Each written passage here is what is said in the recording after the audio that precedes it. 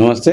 నా పేరు Ramesh Kadari, high court advocate, Hyderabad, Telangana. నామ ఫోర్జరీ, సిగ్నేచర్ ఫోర్జరీ అంటే ఏమిటి? సిగ్నేచర్ ఫోర్జరీ అనేది ఏ సందర్భంలో వస్తుంది? సిగ్నేచర్ ఫోర్జరీ వచ్చినప్పుడు మనం ఏ విధమైన చట్టపరమైన చర్యలు తీసుకోవాలి? నామ ఫోర్జరీ అంటే మీ యొక్క సిగ్నేచర్ను మీకు తెలియకుండానే మీ సిగ్నేచర్ చేసి ఆ పత్రాల మీద కానీ లేదా ల్యాండ్ డాక్యుమెంట్స్ కానీ మీరు సవాలు సాధించినప్పుడు మీరు ఈ యొక్క సిగ్నేచర్ ఫోర్జరీ పైన అతని పైన కేసు వేసి అతని పైన చట్టపరమైన చర్యలు తీసుకోవచ్చు. నామ ఫోర్జరీ అనేది యాక్చువల్గా సిగ్నేచర్ ఫోర్జరీ ఎక్కువ చెక్ బౌన్స్ కేసులలో వస్తుంది. అంటే మనకు తెలియకుండానే మన సిగ్నేచర్ ను ఫోర్జరీ చేసి, అంటే మనం బ్లాంక్ చెక్లు ఇచ్చినప్పుడు ఆ యొక్క బ్లాంక్ చెక్ల పైన మన సిగ్నేచర్ ఉన్న అతను మనలాగా సిగ్నేచర్ ని ఫోర్జరీ చేసి పెడతారు. ఈ నామ్ సిగ్నేచర్ ఫోర్జరీ అని ఎలా తెలియజేసుకోవాలి అంటే, ఎప్పుడైనా కానీ ఫోర్జరీ అని డౌట్ వచ్చినప్పుడు మీరు ఈ నామ సిగ్నేచర్ ఫోర్జరీ చేశారు అని అనుకున్నప్పుడు మీరు ఈ యొక్క జడ్జి దగ్గర మీరు ఒక పిటిషన్ వేసుకోవాలి. ఇది ఈ యొక్క సిగ్నేచర్ ఫోర్జరీ జరిగింది, దీన్ని ఫారెన్సిక్ రిపోర్ట్ పంపించండి. ఫారెన్సిక్ రిపోర్ట్ పంపించినప్పుడు మాత్రమే నేను ఈ యొక్క సిగ్నేచర్ నాది కాదని ప్రూఫ్ అవుతుంది. ఈ ఫారెన్సిక్ వాళ్ళు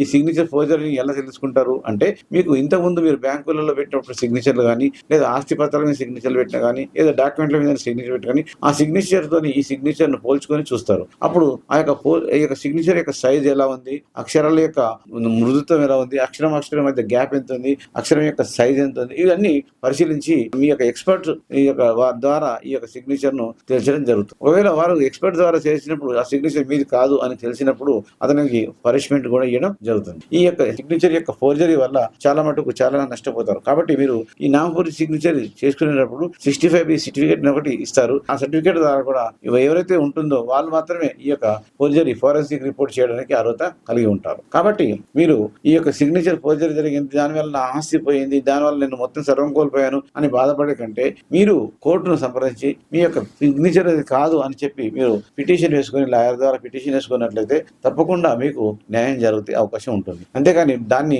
అదే తీసుకొని మీరు బాధపడుతూ ఉండడం అనేది అవసరం లేదు. మీకు న్యాయ సలహాల విషయాల్లో ఇంకా కావాలనుకున్నప్పుడు మా యొక్క ఛానల్ను సబ్స్క్రైబ్ చేయండి, రెగ్యులర్గా వాచ్ చేస్తూ ఉండండి. మీకు ఇంకా ఏమైనా క్వశ్చన్స్, కొత్త డౌట్లు ఉన్నట్లయితే మీకు కామెంట్ ద్వారా తెలియజేయండి. దానిపైన మీకు వీడియో చేసే అవకాశం కూడా మాది ఉంటుంది. ఇంకా డౌట్స్ ఉన్నట్లయితే మా నంబర్కు డైరెక్ట్గా కాల్ చేయండి. Thank you.